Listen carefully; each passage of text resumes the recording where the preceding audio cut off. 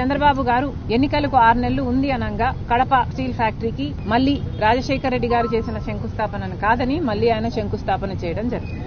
ముఖ్యమంత్రి అయిన 6 నెలలకు జగన్మోహన్ రెడ్డి గారు కడప స్టీల్ ఫ్యాక్టరీకి ఇంతకు ముందు చేసిన శంకుస్థాపనలన్నీ కాదని మళ్లీ శంకుస్థాపన చేశాడు జగన్మోహన్ రెడ్డి. ఆ రోజు జగన్మోహన్ రెడ్డి గారు పెద్ద పెద్ద మాటలు చెప్పాడు. ఎన్నికలకు 6 నెలలు ఉంది అనంగా టెంకాయ కొడితే దాన్ని మోసము అంటారు, అధికారంలోకి వచ్చిన 6 నెలల్లోనే టెంకాయ కొడితే దాన్ని చిత్తశుద్ధి అంటారు అని జగన్మోహన్ రెడ్డి గారు పెద్ద పెద్ద మాటలు చెప్పారు. జమ్మలమడుగులో తాను పుట్టాను అన్నారు. కడప స్టీల్ ఫ్యాక్టరీ 3 సంవత్సరాలలో పూర్తి చేసి జమ్మలమడుగు రుణం తీర్చుకుంటాను అన్నారు. 15,000 కోట్ల రూపాయలతో ప్రాజెక్టు చేపడతాను, 3 సంవత్సరాలలోనే పూర్తి చేసి చూపిస్తాను, అది నా చిత్తశుద్ధి అని పెద్ద పెద్ద మాటలు చెప్పారు జగన్మోహన్ రెడ్డి. చేతలన్నీ మాటలకు మాత్రమే పరిమితమయ్యాయి. 3 సంవత్సరాలు చిత్తశుద్ధి నిద్రపోయింది.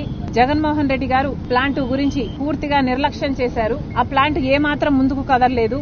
3 సంవత్సరాల తర్వాత మళ్లీ శంకుస్థాపన చేస్తున్నామని జగన్మోహన్ రెడ్డి గారు చెప్పారు. సజ్జన్ జిందాల్ అనే వ్యక్తి శంకుస్థాపన చేస్తున్న రోజే జగన్మోహన్ రెడ్డి గారికి నాకు ఉన్న పరిచయం ఈనాటిది కాదు అని చాలా గొప్పగా వాళ్ళ సంబంధం గురించి చెప్పుకొచ్చారు. కడప స్టీల్ ఫ్యాక్టరీ కట్టాలి అనే చిత్తశుద్ధి జగన్ గారికి గాని జిందాల్ గారికి గాని లేదు కాబట్టి ఇంతవరకు ఒక్క తట్టెడు మట్టి కూడా తీసి అటు పెట్టింది లేదు. సజ్జన్ జిందాల్ గారికి జగన్మోహన్ రెడ్డి గారికి ఉన్న సంబంధం గురించి ఆయనే గొప్పగా చెప్పుకున్నారు. అది నిజం కాబట్టే జగన్మోహన్ రెడ్డి గారు జిందాల్ గారికి ఒక కడప స్టీల్ ఫ్యాక్టరీలోని 3,500 ఎకరాలు ఇవ్వడమే కాకుండా రాష్ట్రంలో వివిధ ప్రాంతాల్లో ఉన్న మైన్స్ అయితేనేమి, ప్రాజెక్ట్స్ అయితేనేమి ఇవన్నీ కూడా కట్టబెట్టడం జరిగింది. ఎందుకు అని అడుగుతున్నాం. జిందాల్ గారు మన రాష్ట్రానికి ఏం చేశారు కాబట్టి జగన్మోహన్ రెడ్డి గారు ప్రభుత్వ ఆస్తులను కట్టబెట్టారో సమాధానం చెప్పాలి. ఈ డీల్స్ వల్ల జిందాల్ వాళ్ళు జగన్మోహన్ రెడ్డి గారికి ఏమిచ్చారో తెలియదు కానీ రాష్ట్రానికి మాత్రం ఒరిగింది ఏమీ లేదు. ఈ రోజు వరకు కూడా కడప స్టీల్ ఫ్యాక్టరీకి సంబంధించిన 3,500 ఎకరాలు జిందాల్ వాళ్ళ చేతుల్లో ఉంది. కానీ ఇంతవరకు ₹1 ఖర్చు పెట్టింది లేదు.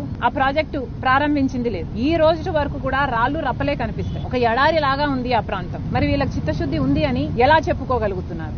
25 ఎంపీలను మన రాష్ట్ర ప్రజలు ఎన్నుకుంటే పోయిన 5 సంవత్సరాలు ఈ 5 సంవత్సరాలు అదే బీజేపీ పార్టీకి ఊడిగలు చేస్తున్నారు. పార్లమెంట్ లో పెట్టిన ప్రతి బిల్లుకు ఆమోదం చెప్తున్నారు. మరి ఇలాంటప్పుడు మనకు ఏమిచ్చారు అని, మన రాష్ట్రానికి ఏం చేశారు అని ఇంత బానిసలుగా తయారయ్యారో చంద్రబాబు గారు, జగన్మోహన్ రెడ్డి గారు సమాధానాలు చెప్పాలి. ముఖ్యంగా ఇక్కడ మాట్లాడుతున్నది కడప స్టీల్ ఫ్యాక్టరీ విషయం. ఈ ఫ్యాక్టరీకి సంబంధించి ఇది రాజశేఖర రెడ్డి గారి కళ. ఇది ఆంధ్ర రాష్ట్ర ప్రజలకు అవసరం.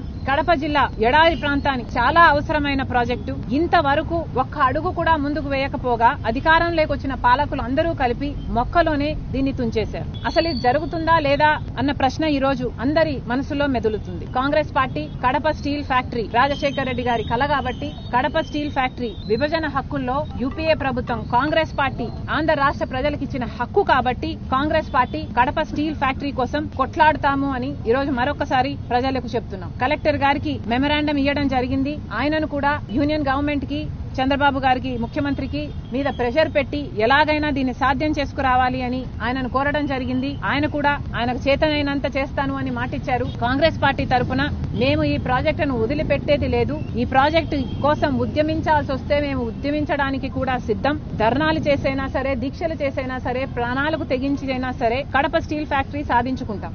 ఎందుకంటే ఇది రాజశేఖర రెడ్డి గారి కళ. ఇది ఆంధ్ర రాష్ట్ర ప్రజల హక్కు.